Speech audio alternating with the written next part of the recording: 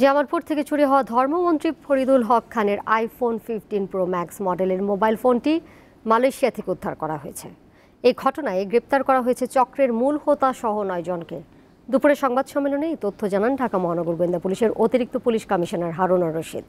রাজধানীর মিন্টো রোডে ডিবি কার্যালয়ের কনফারেন্স রুমে সংবাদ সম্মেলনে তিনি জানান, জামালপুর থেকে ধর্মমন্ত্রীর চুরি যাওয়া আইফোনটি হাত বদল হয়ে মালয়েশিয়া চলে যায়।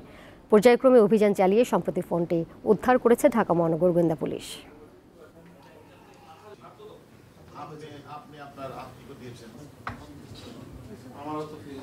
মুন্না মোবাইলটা চুরি করছে, মানে মন্ত্রীর পকেট।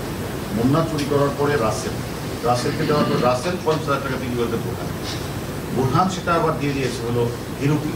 হিরু সেটা হয়তো তার কোনো মাধ্যমে সে পাঠিয়েছে। যখন চোর চক্রের যখন সবাই ধরা পড়লো, তখন সোর্সের মাধ্যমে আমরা এটা ওখান থেকে আমরা আনার চেষ্টা করেছি এবং এটা আমরা আজকেই মাননীয় মন্ত্রীর কাছে হ্যান্ড ওভার করবো।